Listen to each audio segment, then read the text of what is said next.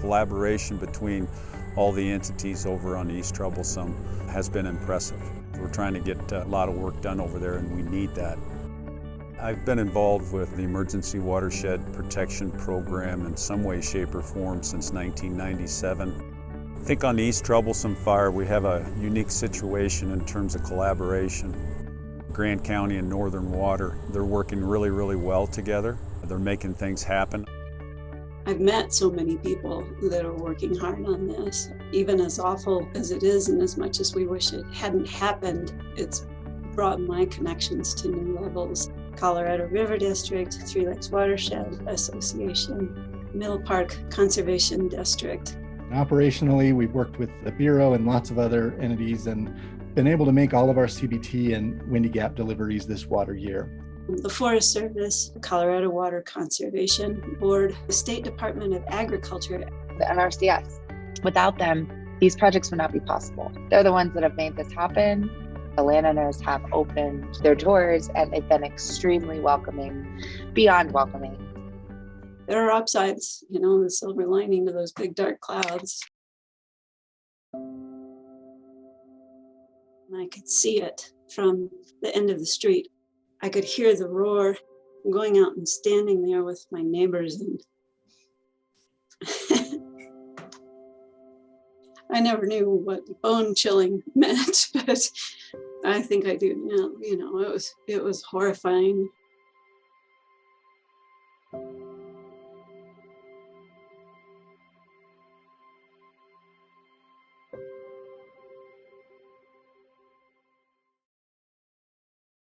In February, we worked with NRCS and our EWP partners to do site visits in the burn area and affected areas of the East Troublesome Fire and prepare damage survey reports.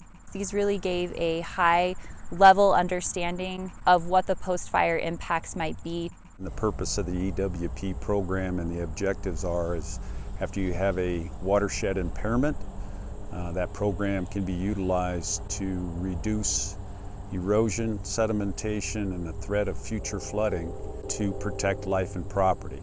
And that program is utilized through sponsors. In the case of the East Troublesome, not only Grant County, but also Northern Water. We also identified at a high level what post-fire treatments might be and estimated treatment costs so that we could seek funding from the NRCS. Here we are on the debris boom project. We are here at Adams Tunnel.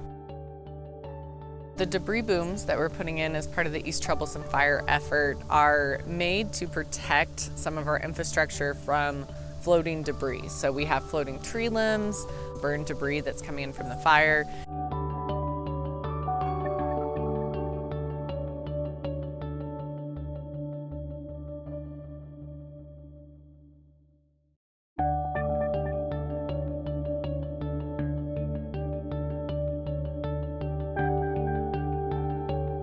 We are now heading over to Willow Creek, and we're actually going to put 2 debris booms in there.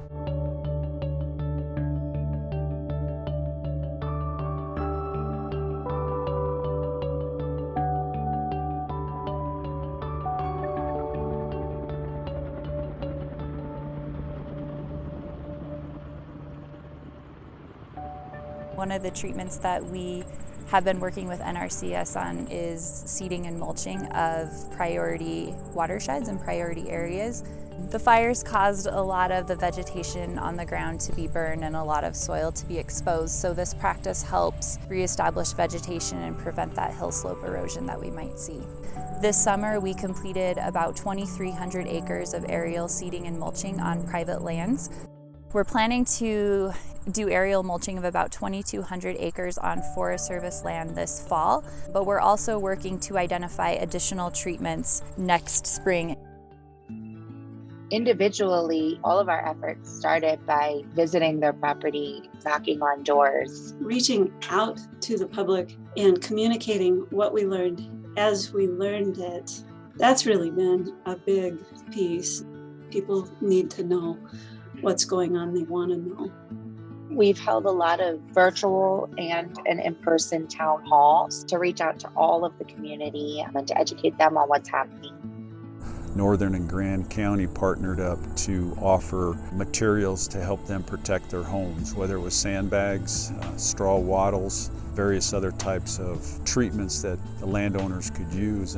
Just a self-help, come and get your stuff. I think it was an innovative idea. We've been collecting water quality data in the area of the East Troublesome Fire for almost 20 years.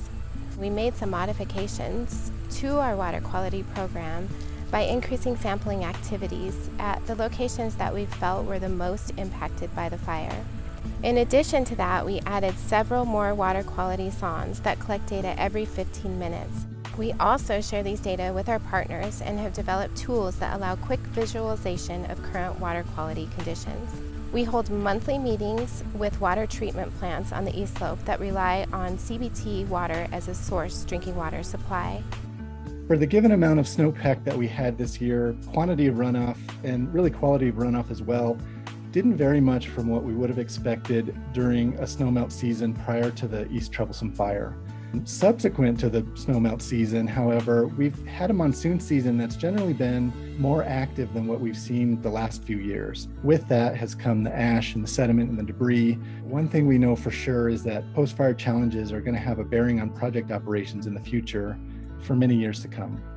There's work to be done, and I feel that it's valuable work, so it's very meaningful personally to be involved in that work. I think the situation with the two sponsors, Grand County and Northern Water on East Troublesome, has been an excellent effort, and we have learned a lot through their coordination and collaboration that we'll take forward